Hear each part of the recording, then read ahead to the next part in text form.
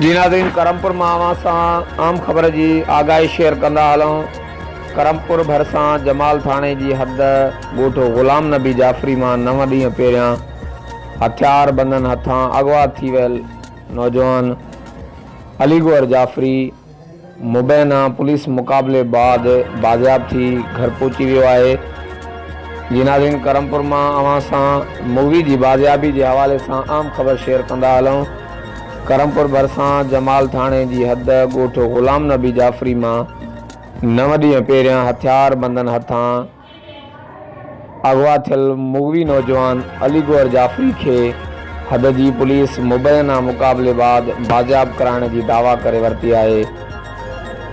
जॾहिं त मुगवी नौजवान जे घर पहुचण ते संदसि घर जूं रुठल ख़ुशियूं मोटी आयूं आहिनि।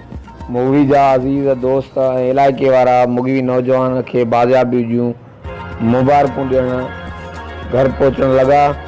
जी नाज़रीन, करमपुर मां अवां सां मुगवी जी बाज़ियाबी जी आम ख़बर शेयर कंदा हलूं। करमपुर भरिसां जमाल थाणे जी हद ॻोठ ग़ुलाम नबी जाफ़री मां 9 ॾींहं पहिरियां हथियार बंदन हथां अगवा थियल नौजवान अलीगौर जाफ़री मुबैना पुलिस मुक़ाबले बाद बाज़ियाब थी घर पहुची वियो आहे। Javed Usman Bijarani, JTN web news, Karampur.